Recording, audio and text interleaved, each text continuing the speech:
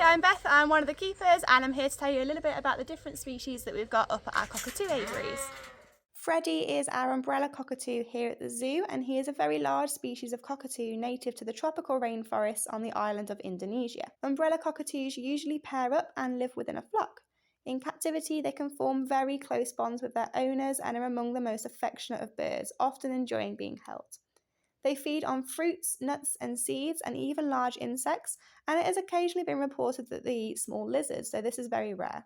Freddie here can be quite a troublesome bird to work with, as he can be very shy and nervous of new things and does have a tendency to prefer his male keepers. They are another species sadly endangered in the wild at the moment, again due to habitat loss and the illegal wildlife trade, though there are starting to be less birds taken from the wild each year, thankfully.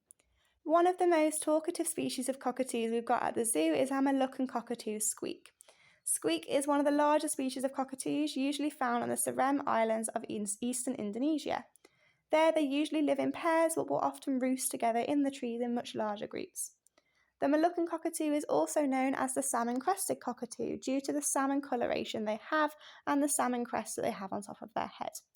The main bulk of their diet in the wild is made up of nuts and fruits, and it has been reported that they occasionally eat insects. Some captive birds have actually tested positive for anemia if their diet hasn't contained enough protein. Their beak, like most parrots, is well adapted for cracking open nuts and can actually exert around 500 pounds of pressure, meaning a bite from these guys can be very, very nasty. Moluccan cockatoos are very popular pets at the moment, mainly due to their sweet and inquisitive nature and interesting coloration. However, they can live to around 90 years old in captivity, so are a massive commitment, and are one of the loudest birds in the world, being able to produce 129 decibels, so the neighbours might not be overly impressed. Squeak gets his name as he regularly talks to the visitors in a high-pitched voice and makes an awful lot of noise when his keepers are around. Moluccan cockatoos are currently listed as vulnerable in the wild, unfortunately, mainly due to habitat loss and poaching for the wildlife and pet trade. One of the species that we've got at our cockatoo aviaries is our galah cockatoos, called Loki, Poppy and Sally. Galah cockatoos are native to most of Australia, and it is one of the most numerous cockatoo species in the wild. They typically live in very large flocks of 10 to 10,000 birds, often living alongside other species such as sulphur-crested cockatoos and little Karela cockatoos. In Australia, they feed mostly on grasses and seeds and are viewed as a massive agricultural pest by farmers as they will destroy crops. Galah cockatoos will also hybridise with other cockatoo species that are in their flocks, producing some strange-looking hybrids such as the galatiles, which is a galah crossed with a cockatiel.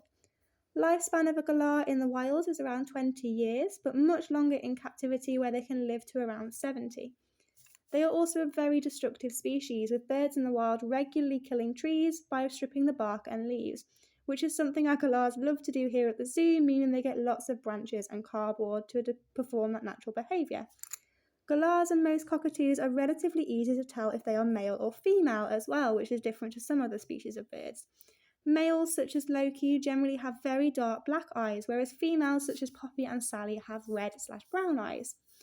Like all cockatoos, they can be very noisy and have very loud alarm calls, meaning you can tell if they're upset very easily. And they're currently listed as least concern in the wild, so they're doing very, very well for themselves. We also have a sulphur-crested cockatoo named Sky living at the zoo, and these guys are normally native to the woodlands in Australia, New Guinea and some areas of Indonesia, where they live in very large flocks, sometimes alongside other species such as galah cockatoos. They usually feed on seeds, nuts and fruits, and like many other species are viewed as pests by farmers as they regularly destroy their crops by foraging on them. Like macaws, they have also been seen consuming clay from exposed riverbeds to help detoxify their food. Sulphur-crested cockatoos are another long-lived species, being able to live over 70 years in captivity, but only around 20 years in the wild. They are a very intelligent species like most cockatoos, being able to problem solve, learn tricks and mimic human speech. In the wild, they have learned how to take advantage of urban areas where humans live by opening rubbish bins filled with food, and many have even become semi-domesticated, visiting the same people every day to be fed. They also perform a similar behaviour to meerkats, in which when a group is foraging on the floor, there will usually be a couple of cockatoos in a tree keeping watch for predators. They are another very popular pet species at the moment, though they are very demanding and have a tendency to perform an aggressive behaviour before they offer an affectionate one. Thank you for listening to my talk, and if you have any questions, please feel free to ask one of our keepers.